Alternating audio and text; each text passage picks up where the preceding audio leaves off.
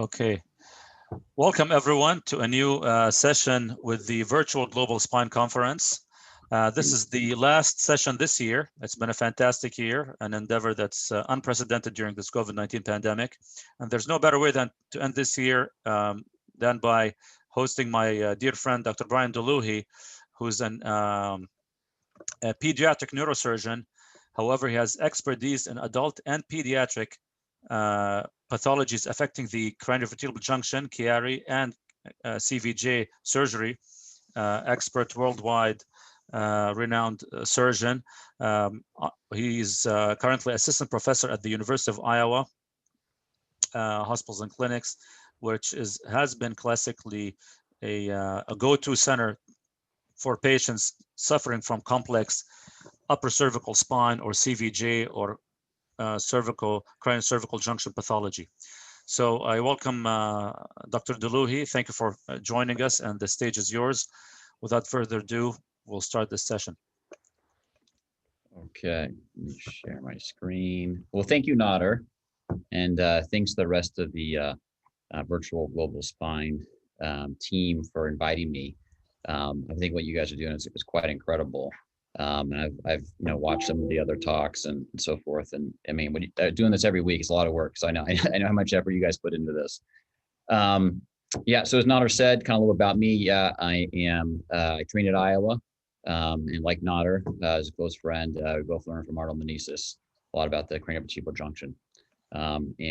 So I've stayed on here at the University of Iowa and kind of picked up, I guess, sort of where Dr. Meneses is kind of ending and so forth with both pediatric and adult CVJ pathology. And today I'm just going to talk about, just peds CVJ pathology, but a lot of these are congenital lesions you also will see in adults. So yes, no disclosures, and my funding is completely unrelated to the stuff I'm going to talk about today. So what is the CVJ, the craniovertebral junction? A lot of people call it the craniocervical junction or the CCJ. Well, the CVJ is composed of the occipital bone that surrounds the foramen magnum, the atlas vertebra, the axis vertebra, and their associated ligaments and musculature. You guys all know this. And the CVJ contains and protects the cerebellum, brainstem, and upper cervical spinal cord. And this is a nice 3D kind of rendering of the CVJ. This is the occipital bone, C1 and C2, and all those different configurations to get a good visualization of it.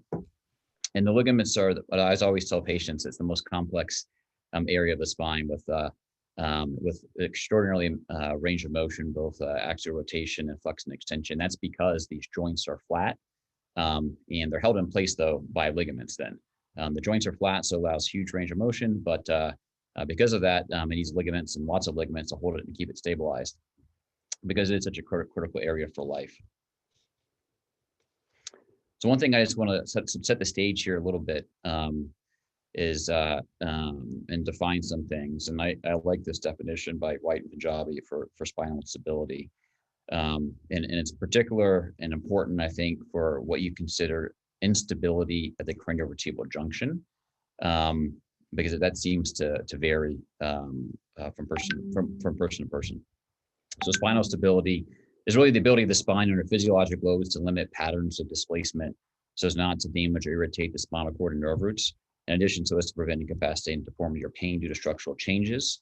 And spinal instability refers to excessive displacement of the spine that would result in neurologic deficit, deformity, or pain. So this is kind of not the entire list, but I think one of the most critical, the critical pathology associated with PEDS at the CVJ. These are congenital and acquired lesions. I kind of divided up with bony abnormalities, ligamentous abnormalities, kind of associated syndromes, and then other. And I would say, Nader, if you want to jump in or have comments or questions, you want us to have comments or questions, please feel free. And these bony abnormalities, they start at the foramen magnum and the occipital bone, and they work their way down to C1 and C2. And so the bony abnormalities always start with condyle hypoplasia. So the condyle is not formed completely. And this oftentimes you see this with these patients that have these acute clival canal angles. Most people don't really talk much about it, but most of those patients with acute clival canal angles all have. The reason why they have that is because they have hypoplasia of the condyles. There's incomplete arches of the atlas of C1, posterior and anteriorly, and that can lead to severe deformity in individuals, atlas assimilation, and then so on. All these bony abnormalities, and we'll go over some today. There's ones that are purely ligamentous abnormalities, and these are these associated with trauma, and then associated just with individuals, usually associated with syndromes like Down syndrome, or even EDS, Ehlers-Danlos syndrome, where they have this atlanto-occipital instability or atlantoaxial instability, and that can lead to dislocation. Obviously, trauma can disrupt these ligaments too, lead to AOD as well as atlantoaxial dislocation. All the syndrome you see there on the right, Down syndrome, achondroplasia, Gristle syndrome, Klippel-Feil, all these can actually be associated with all the bony abnormalities and these associated ligamentous abnormalities.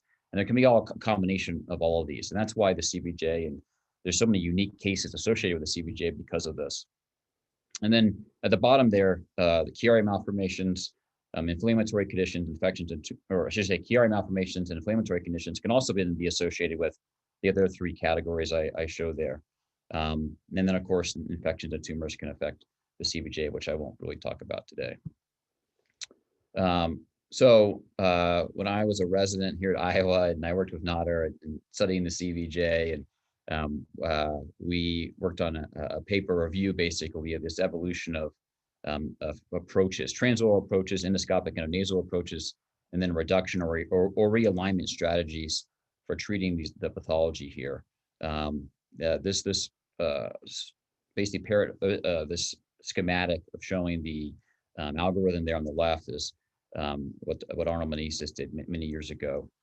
I would say most of it still holds today, although it's become much more in detail if you really want to get into the details, and that's a more detailed one there on the right of what you can, how you really kind of assess these patients, because it can be if you look at it so simply. I think there's you're missing some of probably the finer details of each of these kind of unique cases. So I took this from Dr. Ali Baj. We've always done it this way. He says it's literally his least favorite expression, and I like that because I think the pathology you see the CVJ is so unique, and there's many different ways to treat these. And I think that we're getting better and better and better, and we're learning more and more and more as we're treating more of these, globally. Traditionally, how you treated a lot of these that were dislocated or had basilar imagination, other problems, kids, adults, they would be green crown halo and traction in bed for days to weeks. This is quite morbid.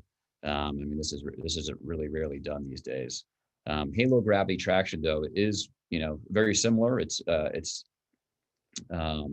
using gravity in the halo device, but you're mobile, and these kids can walk around. And I've used this for kind of severe cervical deformities, and it is quite effective. It's also quite effective for pathology of the CVJ.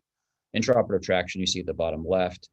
This is taking advantage of the anesthesia, muscle relaxants, where the muscles can relax, and you can really distract and reduce then dislocations at the CVJ. And you can use the O-arm to kind of confirm that you had this reduction and this realignment before you proceed with fixing posteriorly. And then the bottom right there is the. Can I jump in real quick, Brian? Yep, sure. First of all, thank you so much for joining us today. So this question of traction comes up not infrequently in our sessions, actually.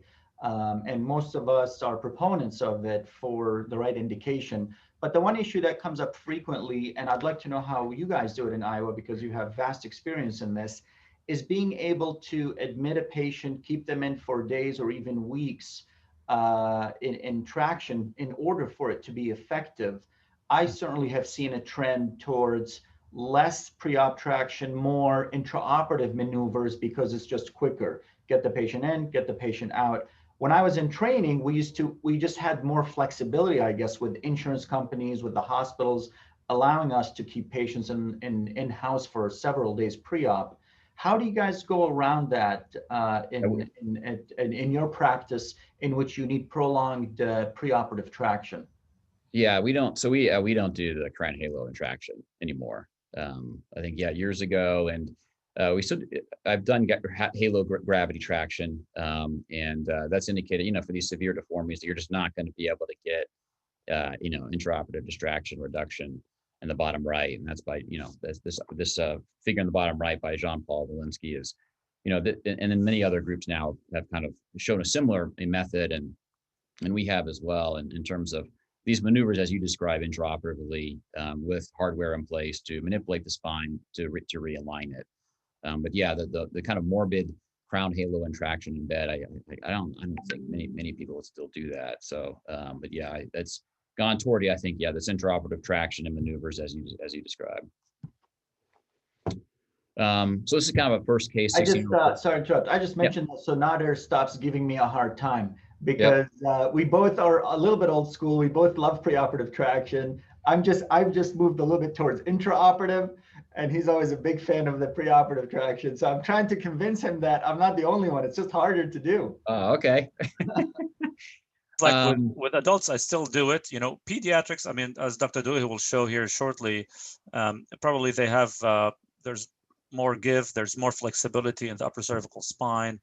But sometimes with adults, it's I make an effort to try to improve the alignment pre-op, and as an adjunct, I would probably use intraoperative traction and also intraoperative distraction techniques with the instrumentation. So all these are like tools, but I'm still a fan of admitting patients and putting them in traction for a few days and see if it budges a little bit, and then if it doesn't, then use more things in the bag of options.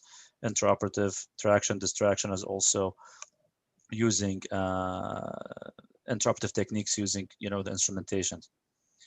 Yeah, no, I think that slide kind of shows you that there's not one right way to do this, many different ways, and these are unique cases. There's not one way to do these cases every single time the same way, because I'm going to go through here a quick kind of blitz of a bunch of cases and show you how unique every single one of these are, in some way. And so I think approaches can be done in many different ways. So I'm gonna start with this 16-year-old girl presents with a headache. And I don't think Wendy is on tonight, right? So I was gonna kind of ask her to kind of review some of these radiographs and so on. But so this is basically a circumferential atlas assimilation. There's an acute clival canal angle, and that's the same thing as bicondylar hypoplasia. You basically just have more of the spine is migrated upwards toward the clivus, and so you have a more of an acute angle. That's all that creates this acute clival canal angle. And then I put in quotes basilar invagination because this is above Chamberlain's line. The odontoid is, but this is not really classic basilar invagination, as Dr. Meneses would tell me that Brian, when they made these definitions, it was back when they had radiographs only, so it doesn't really fit these days to really call this basilar invagination. So that's why I say that, though a lot of people still do call this that. I would say this is just, in general, I would say this is circumferential atlas assimilation with acute clival canal angle. And those arrows are kind of pointing to it in B and C, showing this the atlas fused occipitalized, basically. Here's another representation in 3D CT showing a fuse to the clivus anteriorly as well as posteriorly, and the arch is bifid still. It's not complete arch in the back.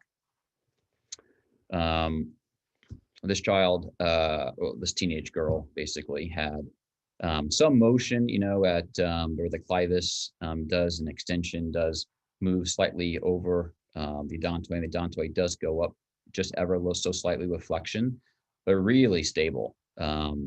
And there's no really significant compression of the cervical medullary junction. There's plenty of space in front of the cervical medullary junction. It doesn't come down. The brainstem doesn't come down to the cervical spine in a natural way like many other patients, but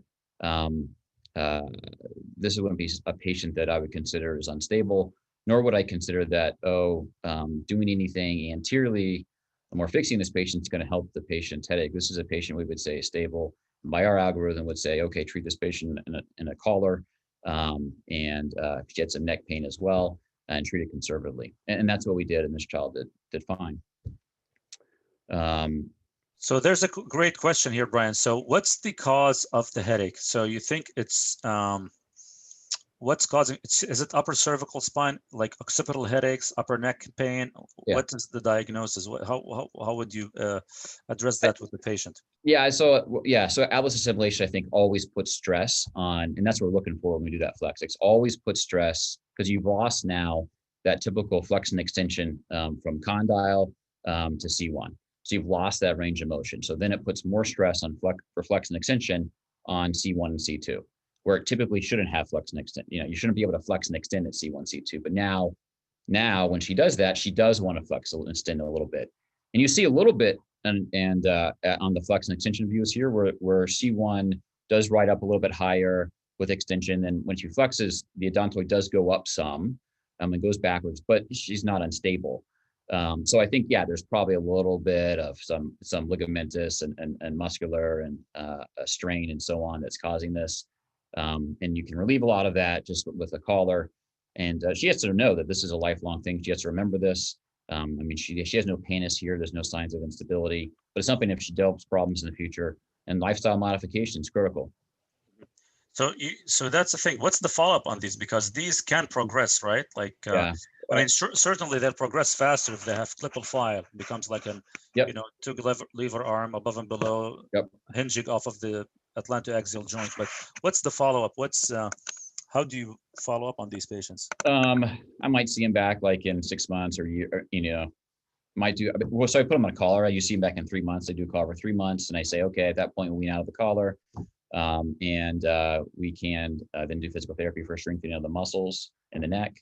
And then I talk about lifestyle modifications and limiting if they're in sports. I do no contact sports, so no football, no wrestling, no diving head first in other sports.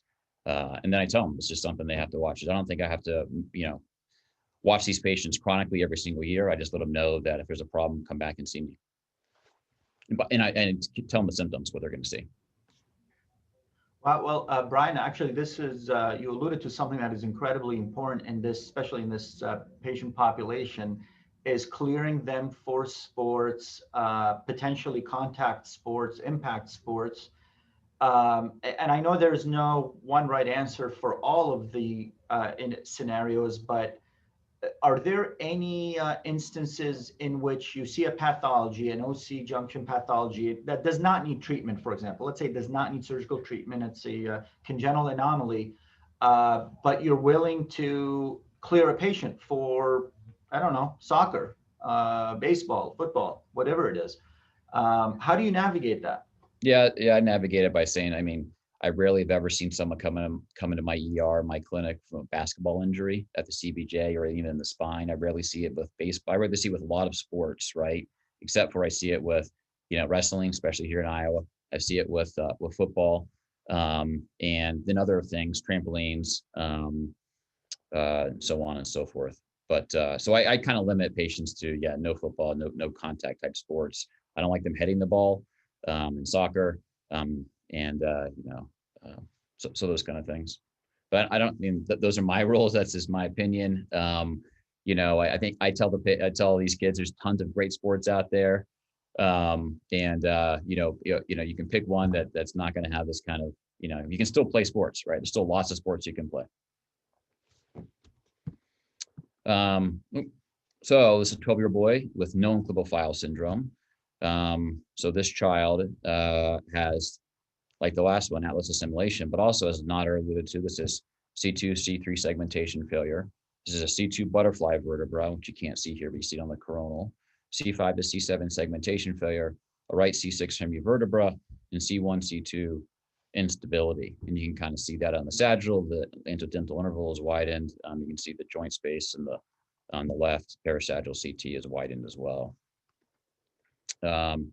I put these x-rays here, and I drew these lines to kind of illustrate what happens, especially in someone that has atlas assimilation plus a C2, C3 segmentation failure, which is often, as Nader said, seen in Klippel-Feil. And that's the Klippel-Feil abnormality, C2, C3 segmentation failure. And really now you're really stressing the C1, C2 joint in flexion and extension. And that's what leads to this kind of upward migration of the odontoid inflection. You can see that here. And I drew this vertical line, what happens with flexion. So this odontoid goes up from the C1 anterior arch. The horizontal space widens, dental interval widens, and all this reduces in extension. So this child reduces completely in extension. You can see in MRI, even probably in some extension, that this child has cervicomedullary compression, has a syrinx, and has neurological deficits from this. So in addition to those bony abnormalities, those are what you see neurologically on the MRI, the cervicomedullary compression and cervical syrinx. And I call this kind of horizontal and vertical C1, C2 instability. Great case. Brian, before you proceed with the treatment, Yep. okay, guys. So, I mean, this is, I want to just maybe ask our co-hosts, how would they approach this? Say this is a patient who's 16, let's say, if you don't do peds, 16 or 18, that's close to an adult. How would you approach this? Let's see, Dr. Galgano, for instance, what would you do for this patient? She has a atlantoaxial instability due to atlas assimilation and Klippel-Feil, and then hence secondary, cranial settling and a syrinx. I think the main thing is that you have to take the pressure off the ventral brainstem here. Mm-hmm. So there has to be some type of a distraction maneuver before you perform your occipital cervical fusion. I think one way of doing it, if there's assimilation of the occiput in C1, is that you could potentially create troughs. You could make pseudo joints there, and I haven't done this myself, but you could potentially put like bullet cages in there to get a distraction from the occiput in C1. And that's one methodology of doing it potentially. And then obviously fusing them from occiput down to either C2 or C3, whatever level you feel is necessary to get to. So you would put the patient in traction, try to reduce it, distract, and then realign it a little bit better, reduce that subluxation, C1, C2 subluxation, and then distraction. Then usually we get into the C1, C2 joint, and then you can put those shims to reduce that cranial settling. Yeah, that's what I would do too. Would anyone go from the front and then front back, for instance, a trans odontoidectomy, either trans endonasal or transoral, or high cervical retropharyngeal, and then dorsal fusion, or you would try to do it from the back? What do you think, Ali? What would be your preference?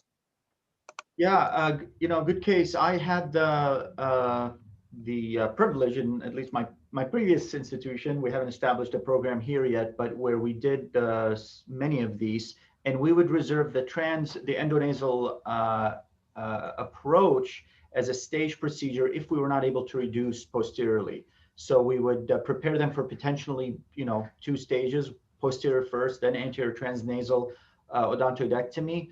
But if we are able to reduce posteriorly and get the pressure off that way, we would not do a second stage.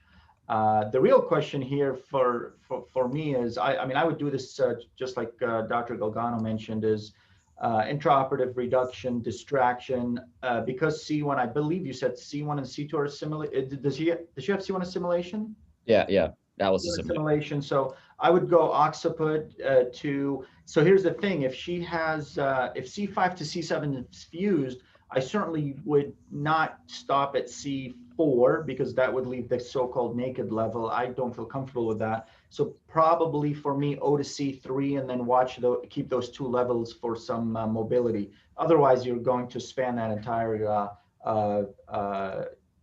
fused level. So O to C3 from the back here for me, with intraoperative distraction.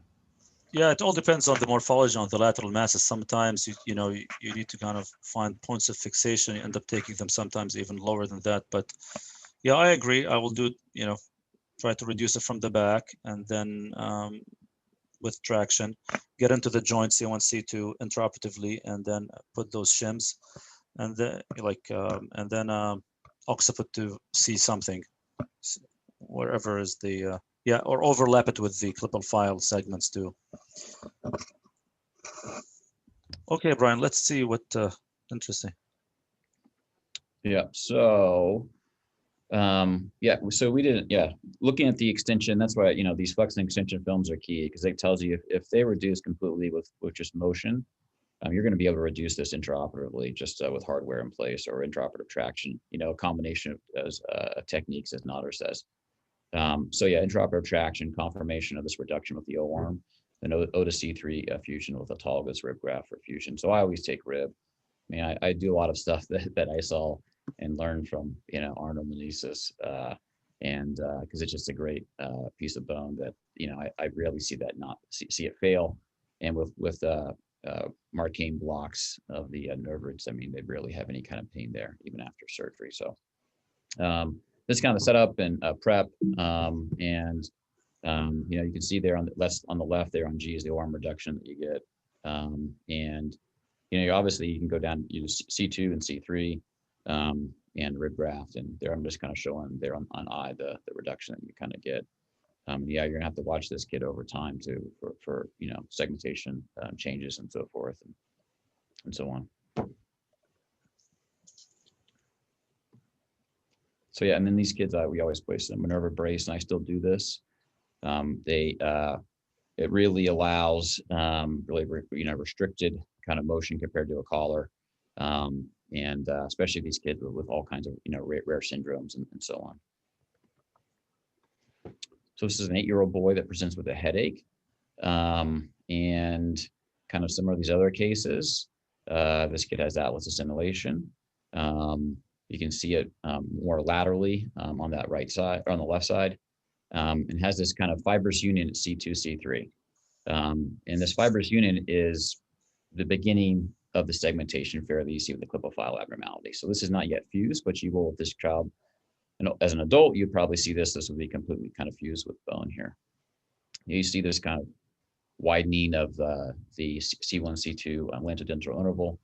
And here we have imaging, kind of similar kind of thing. You have this kind of widening at C1, C2, both vertically and horizontally. And so with this, again, you kind of see that there's a little bit of cervicomedullary compression reflection, just like the last case. You can see this kind of lack of motion at that C2, C3. So this child doesn't really has more than this atlas assimilation. It's going to be more likely to be unstable there at C1, C2 because of that. And like the last case here, this is a much smaller kid actually in terms of bone, but occiput to C2, rib graft, infusion. All right, so this is another case. So 16-year-old boy presents with nystagmus. And here you kind of see. Brian, quick question. Great cases.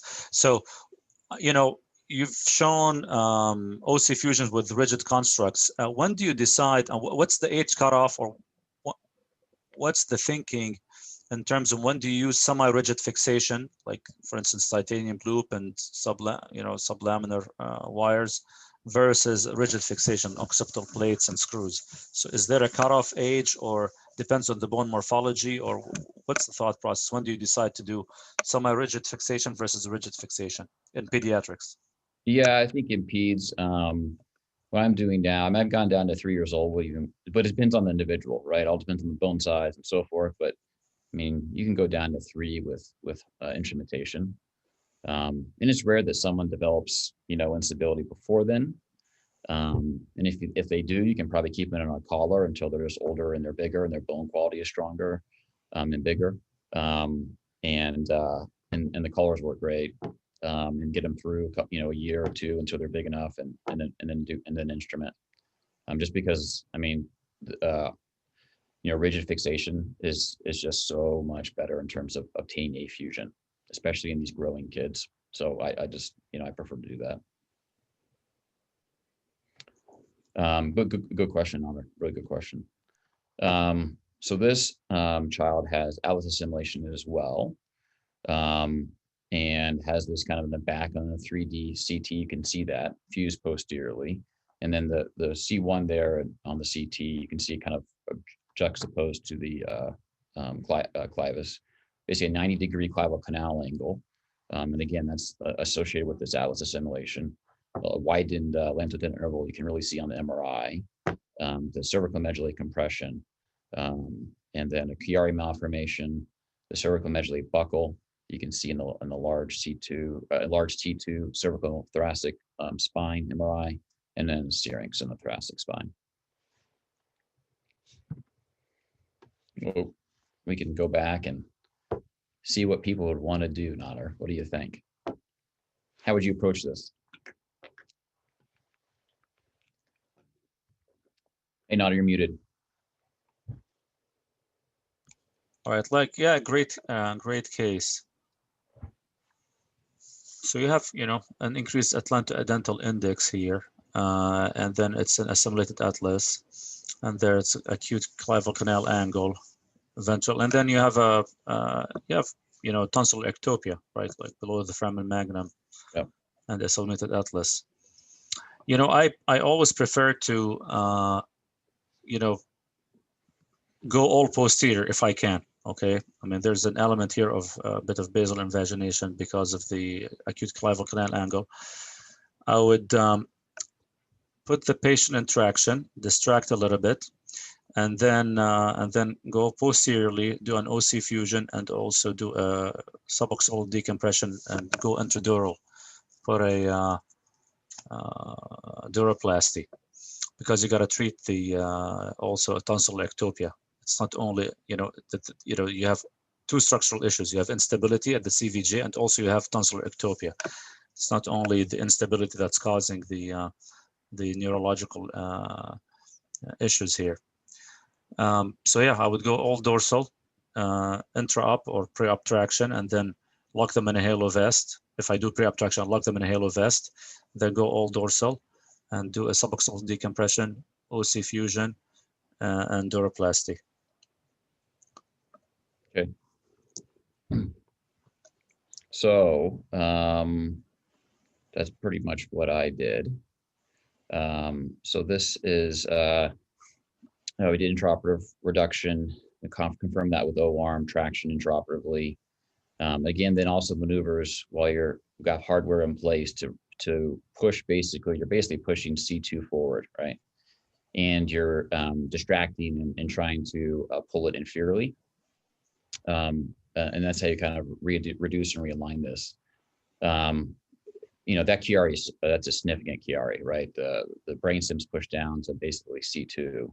And you can kind of maybe go back. Well, so I mean, it's pretty significant. So you're gonna have to, in my opinion, you're gonna have to go intradural, probably do that. But we use ultrasound, kind of see if we have to go intradural or not. And then do that. So suboccipital craniectomy, removal of this assimilated C1 posteriorly. Then use ultrasound, see if you have to go intradural or not. This case, for sure, we did. There's abnormal pulsations, tonsils are way down. So we did extradural decompression first, and then intradural Chiari decompression, O to C2 instrumentation, and then again this autologous rib graft for fusion. This is the exposure there on the left. This is, you can see the typical occipital bone. This is the assimilated atlas. I had another picture here. I didn't show it, but you always see these patients with the assimilated atlas. They'll always open up between C1 and C2. The assimilated atlas and C2 open up, meaning there's just really not much ligamentous tissue that's there. And it's because, again, they're flexing and extending at that C1, C2 joint, and those ligaments kind of they get weakened over time. You can see the tonsils here. There's gliotic tonsils. So I do a Chiari, I do a linear kind of incision to open up the dura. These tonsils are very gliotic. And then I bipolar basically reduce the tonsils back upwards. Then I use a cervical fascia, the patient's own cervical fascia. I'm overlying the muscle here on the right side for a graft. And that's basically treating the Chiari. Brian, just a technical question on that last photograph. Yep. Sorry, that last slide. In the bottom left, are those clips on the dura because of a sinus, or is it just how? Why do you have those clips there? Yeah. So the hemoclips I use because the dura always has those two layers, and they open up at both two places, the occipital sinus and the circular sinus at the foramen magnum. And I also clip the arachnoid to it. So some of those clips are arachnoid, some of those clips are just because I'm over near the occipital sinus. I try to avoid the occipital sinus by doing this kind of linear incision. I guess I learned this from RL meniscus, although I changed it slightly. I try to go a little more lateral. to really avoid that occipital sinus. And then I'm only crossing that circular sinus of the foramen magnum where I place clips. At the end, I'll kind of take some of these clips out when I feel like I can. I'll leave some in where I feel like, oh, that's going to bleed or so forth. Doesn't really seem to affect our CSF leak rates. The cervical fascia seems just it's so sticky and so elastic. It seems to really occlude things. So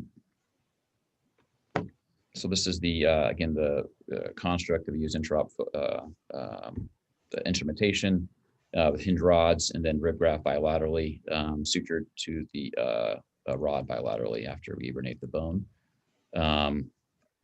And then that's a post-op kind of X-ray, I think, immediately after surgery. A lot of step to this surgery. You know, it's an OC fusion, suboccipital decompression, intradural duroplasty, and then rib harvest. So it's a lot of these take these take a while. There's a lot going on. You're going to start in the morning and probably finish in the early afternoon, or mid-afternoon or so. So yeah, it's and you tell them, you got to tell the families that and so forth, that, hey, this is a big deal. And, if I can get away with an extradural decompression, doing OC fusion, I will, just because, you're just because it's, it's one less step, right. And one less problem, but this was quite severe. This child, I will say too, is that this child had the first symptom you wouldn't expect to present as nystagmus, but they present with nystagmus, and then on exam, they had deficits, right? This child had increased reflexes, all four extremities, had clonus, had Hoffman's, had balance problems, history of swallowing problems since a child, right? This had a Chiari since probably was much younger. That most of them don't realize the symptoms that they're associated with the Chiari because they've had their entire life. Incredibly, before surgery, this child, this child also had sleep apnea, severe sleep apnea. That was, they had a sleep study, basically waking up like 16 times an hour for central sleep apnea, not obstructive, central sleep apnea. Started to develop hiccups before surgery, a week before surgery, developed hiccups, balance problems, weakness. This is rapidly progressive, actually. Most of those things reversed. Nystagmus is hard to reverse. It didn't really get much better with surgery, but most of the other symptoms did. Headaches. Funny enough, right, this child did not really have much headaches, and shows you kind of variability that can present with these kind of patients with Chiaris. So hey, Brian, yep. Hey, sorry, it's Coy. Good to see you. I noticed on your intraoperative picture that you have your occipital plate, sort of above your suboccipital decompression. Can you talk about when you do that versus when you have to maybe remove more bone and do sort of the inline plates that are in line with the cervical instrumentation? Yeah, I always use that plate I just showed, and I try to never remove bone that's going to prevent me from placing that plate, and that plate can still hang over the suboccipital craniectomy. It can hang over to a fair amount, and so you still get bony purchase there. So I typically reserve that, and even try to go. You can place that plate even higher up and still cover it with the muscle. As long as I can stay below the external occipital protuberance, I'll use that plate. Otherwise, then I'll use kind of plates off to the side or so forth. Thank you. Yeah. But yeah, that's a good point. Some people do obviously a big decompression, and then you're having to do a revision surgery, and then where are you going to find a bone to do it? But sometimes you can really sneak right, but they haven't gone all the way to the external occipital protuberance. You can sneak a plate right on the external occipital protuberance and still get kind of good muscle coverage, at least some fascial coverage. And use some other kind of abatine or whatever to kind of really kind of scar over that plate so they don't feel it. And then with that, obviously that system, the fastening to the plate is lower down, so that'll be under muscle for sure. So they definitely won't feel that poking through the skin.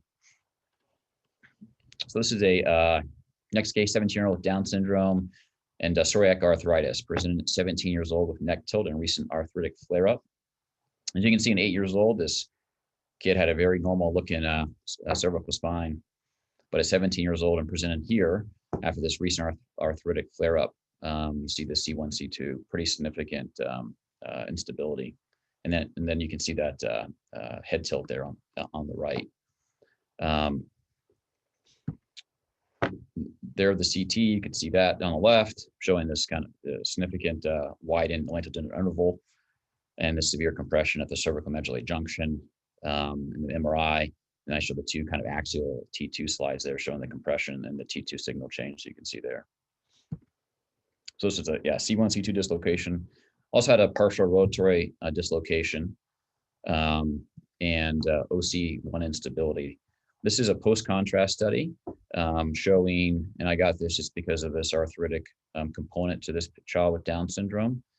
And this is why I kind of say all these cases are very unique. You can combine that slide I showed in the beginning of all the different syndromes and different associated conditions, Chiari, not Chiari, inflammation, psoriatic arthritis, rheumatoid arthritis, JRA, any of these kind of bony abnormalities associated with all these ligamentous abnormalities, hypermobility, EDS, you're going to get, a whole infinite number of combinations of cases that can kind of present. So, but this post-contrast kind of shows this inflammation, post-contrast enhancement at C1, C2, at OC1 on the left and on the right as well.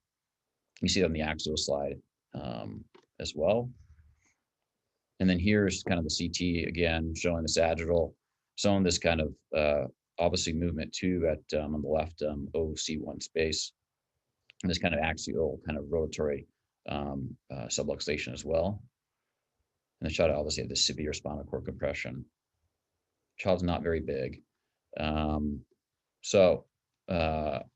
do you want to ask someone or whatever what they would do for this case? Sure. Who's interested to chip in? Let's see. I think Dr. Goodwin is with us too.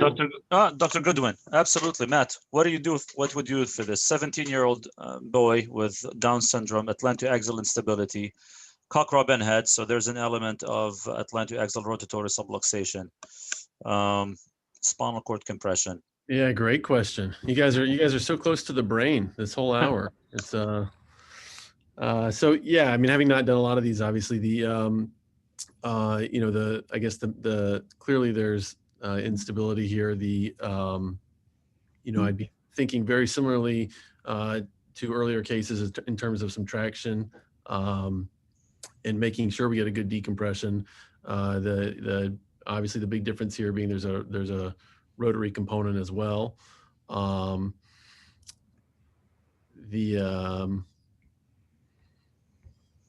Yeah, I mean, I can't remember what his exam was. Just came in with this one just head tilt and this recent psoriatic flare up. So the pediatric rheumatologist said, okay, let's get an X-ray. So no neurological deficit. On exam has increased reflexes, abnormal gait and decreased gag response and so on.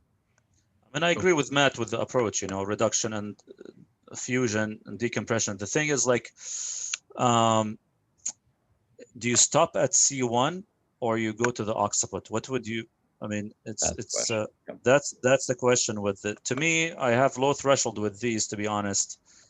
Unfortunately, I have low threshold to go to the occiput because I don't want to risk, a failure. But this person has a good bone, robust lateral masses.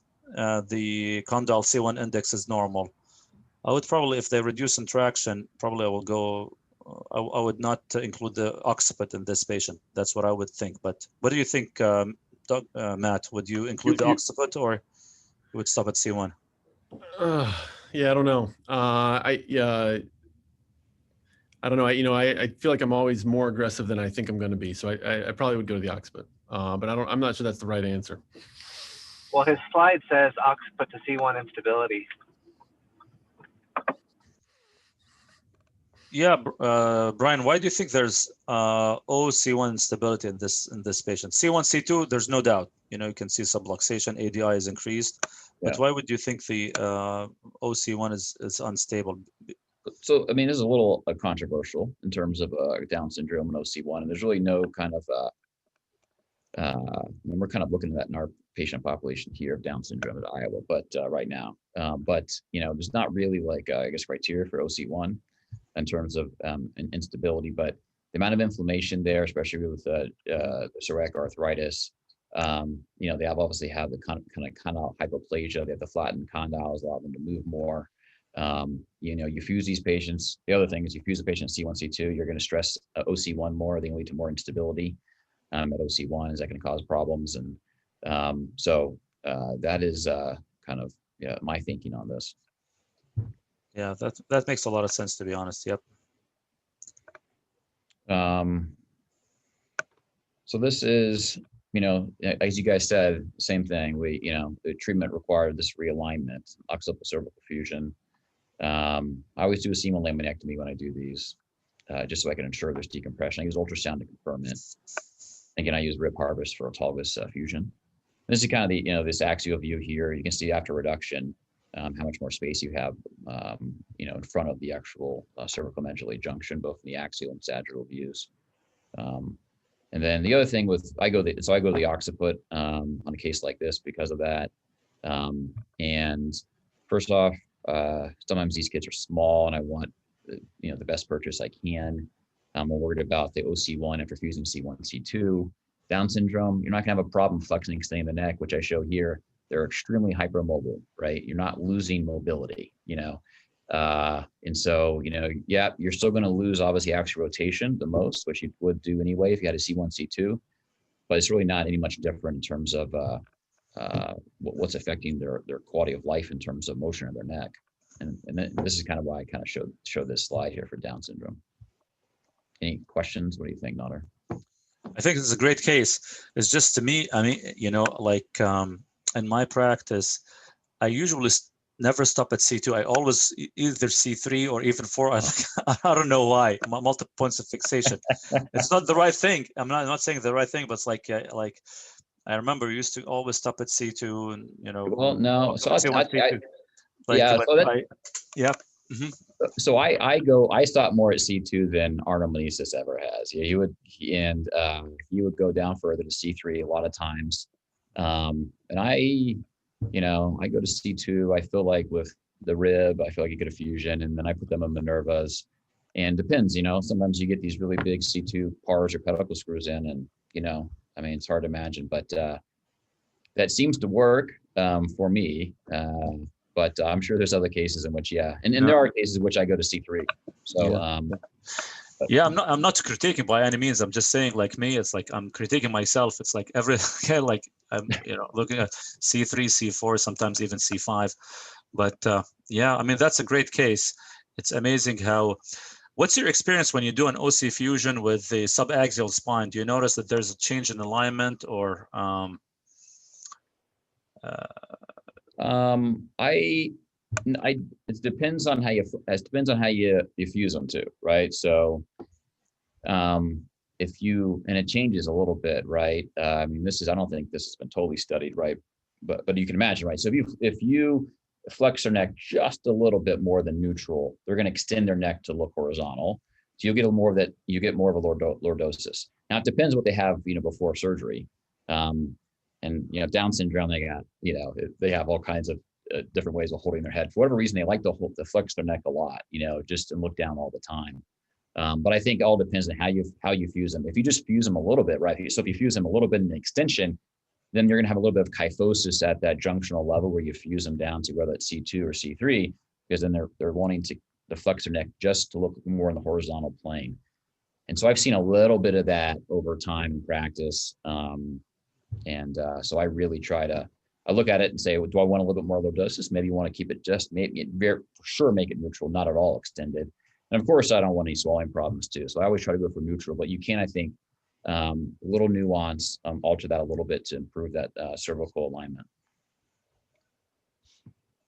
But those are just kind of my thoughts and opinions on things. Yeah. So this is a similar case, a little different. So 11-year-old Down syndrome and neck pain. Presented 11 years old with neck pain and chronic neck tilt with previous imaging at 2 years old at outside hospital. And this is the previous imaging right here. There's nothing was done for this. Okay. I think you can see here, there's pretty significant C1, C2 instability. Not to mention someone was forcing this child's head forward when they were. This is like the big hand over the head and like making sure that this might not be the ideal thing to do in someone with Down syndrome at the age of 2 years old, but anyway, this was done, and so they said it was normal at the time. And told the family that. Then child had continued neck pain, and then presented to the pediatrician And I had this neck tilt still, and so the neck pain had gotten worse, and mom was, obviously the parents are hyper vigilant over all their kids, and so a pediatrician said, let's get some x-rays and send them on to the University of Iowa, and this is what we got. So neutral shows what we kind of saw before at 2 years of age, is severe, and then worsened flexion, but you kind of see an extension and kind of realigns. Now, Down syndrome, we know, can have all kinds of other abnormalities besides just ligamentous abnormalities. And the most common that you see, bony abnormality that you see, is what you see here. Oftentimes, this is os odontoideum. This child has C1, C2 instability because of the os, and then dislocation kind of on the CT. Now you can see OC1 here. The joints look fine, right? Those look like pretty nice normal joints. And this obviously doesn't have there's no arthritic, case here. So then this begs the question what to do in this kind of case. Do you do the same thing? Do you go to C1, realignment, so forth? Do you do C1, C2? Doesn't matter. Anyone have any thoughts or?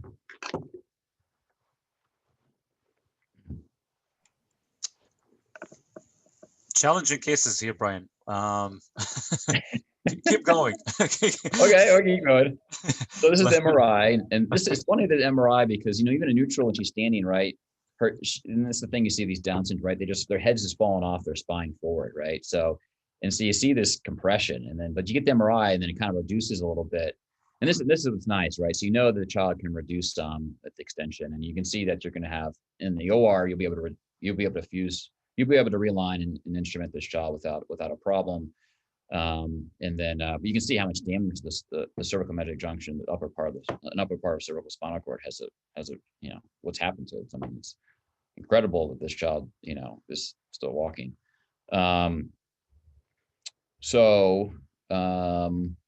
Again, I the same kind of, approach. Here, I do worry more about the, os odontoideum and abnormalities from the os, and that you have, and the ligaments from C2 are abnormal as well. And I worry about that somewhat. Obviously, OC1, the condylus look fine, so probably would be okay. But I know I'm going to get, again, a child who's only 11 years old, not very big, less than 50 pounds. I want to get a good fusion. So intraoperative reduction is what I do. And you can see that's not reduced, right? So, and then I get this partial reduction in 2. This is ultrasounds, and then complete reduction in 3. And this is just kind of manipulation of the spine while I'm tightening basically the screw, the set screws at C2 and the hinge rod. And so that basically allows this complete reduction. And you can see that in the X-ray, right? Anterior arch C1 is next to the odontoid.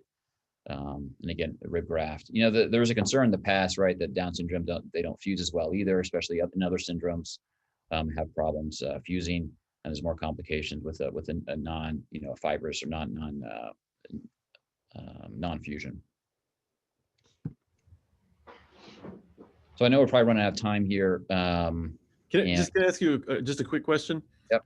So the last couple you've done OTA C2 with no C1, is that because to make room for the graft, or do you sometimes use a C1 screws in those, or? Yeah, I don't, and I think Dr. Dlouhy has a paper on this, and hinge rods versus non-hinge rods, and you don't really see much of a difference and so on. But yeah, with the hinge rods, the hinge sits right on the C1 arch. Yeah. And so you can't put that C1 screw in, and the C2 par screws are, pedicle screws are quite strong. I feel like they do quite well in terms of adequate stability for fusion. At Iowa here, I think this is the home of the the transoral approach. Armanis has kind of pioneered it here, he's done so many of these. But this is really there's an evolution, of course, of this anterior decompression, this CVJ, toward more minimally invasive approaches. And do you need to still be able? Do you still need to be able to do an anterior decompression at the CVJ? And I say yes. And the cases you need to do them are these cases that I haven't shown yet. Is that right? Those cases all I showed have some kind of ability to move. Right? They have a little bit of movement. Right? At C1, C2, there's space there. You can realign the spine. There's a dislocation. There's instability. there's abnormalities in the alignment. But there are cases that, and I'll show you another case coming up here. These are tons of cases where there's fixed abnormalities. And those fixed abnormalities, you can't really change the spine. There's not much you can do. You can distract a little bit, the condyle on C1, and we've done that here, and that will remodel, parts of the anterior part of the CVJ and the odontoid and so forth, and over time, and that does work. But in some cases, you have to do an anterior decompression. There's been this evolution toward endoscopic approaches. The transoral approach, right? There's a lot of tongue swelling after the retraction for it. You have to remain intubated for a prolonged period of time. Because of that, swallowing is restricted to certain types of food. The recovery is longer. You get nasal kind of type of speech with splitting the palate. And you often have to split the palate to get very, very high up at the CVJ when these kind of complex abnormalities. The endonasal endoscopic approach, I'm not saying that's any easier than the transoral. It's very hard to do. And especially it's very hard to do for the same kind of cases you do the transoral for. These cases that are extremely rare and abnormal. But it eliminates the incision in the back of the throat. It eliminates splitting the palate. It eliminates retraction of the tongue. You can be extubated much sooner afterwards and not have to worry about this incision in the back of the throat. They can swallow any kind of food they want after this approach. And then John Paul Walensky and the kind of pioneered this endoscopic transcervical approach as well. So this is a case, 16-year-old, basically presented with dragging the left leg. I think this might be my last case here. I'm kind of showing the anterior approaches, but so this child has chondral hypoplasia. Again, that's what leads this, acute clavicle canal angles, has retroflex odontoid. The CT there, you see this incomplete anterior and posterior arch of C1. This is the kind of classic kind of fixed basilar invagination that's causing this kind of pontomedullary compression you see in cases. And there's not much you can do about this. There's no instability in terms of movement of C1 and C2. There's no space you can do to reduce that. All the joints are in their proper alignment, unless you want to dislocate the spine in some way to improve the compression anteriorly. There's not much you can do. And I show in flexion and extension, well, however you want to move that neck and flexion and extension, you're not going to be able to reduce this. Because even that doesn't really change much of the impression of the pons and the medulla. So this is your kind of classic case of approach via an endonasal endoscopic approach, removing this odontoid. I will say that there's a challenge here. You have all this tissue here in front of the C1, and I find this the hardest part of these doing these endonasal approaches. You have to remove all this tissue. The transoral approach and like the endoscopic transcervical approach, you're kind of going through this palate here, and you can kind of, you don't have to go through all this tissue here, all the muscle, longus colli muscles and so forth are attaching there. You can go through here, and it's a kind of easier kind of dissecting through this tissue. And then of course with the transoral approach or endoscopic endonasal approach for odontoidectomy and decompression of the pons and medulla, in this case you have to back it up with an occipital cervical fusion and rib graft. So that's it. I could show probably a lot more cases, but I figured that would get me, through the hour. So great session, Brian. Appreciate it. It's fascinating. The CVJ, you learn from each case. Each case will leave. Each case is a memorable case. I remember all my cases, and I keep a log of them because they're not too many, and you got to learn from each case to treat the next patient even better. It's not like you have a cohort of 100 patients. You can kind of see your robust experience. These are rare cases, and you got to pay attention to every single case and pay attention to detail. Fascinating cases. Great job, Brian. I'm really impressed that you able to sneak in C2 screws with every single patient. Some of them, it's like, there's no way you're going to put a C2 screw here. And then post-op x-ray, there's a C2 screw, bar screw or pedicle screw with those small bones. Good. Yeah, thanks. Appreciate it. Yeah, I just want to thank you guys. Yeah, I think what you guys are doing is awesome. Keep it going. I think this is incredible education. This is the future, right? For education, for neurosurgery and for spine. I mean, this is how the whole world's going to understand, how we're going to accelerate our knowledge, and you guys are really leading the way. So I applaud you for all you're doing, Nader, Ali, you know, keep going, man. Koi, it's awesome. Kudos. Great. Thanks so much, Brian. Nader, thanks for hosting. A special thanks to our newly invited panelists who were able to join us today, Dr. Golgano, Dr. Goodwin, and I know Dr. Mamagani was there for a little bit. Because the next two Thursdays fall on Christmas Eve and New Year's Eve, we're taking those two afternoons off for family time. We'll see everyone after the new year. Dr. Dlouhy, it was our pleasure to have you the guest for the very last session of 2020. So we'll see everybody after the new year. Thanks, Ali. Take care, Take care, everyone. Stay safe.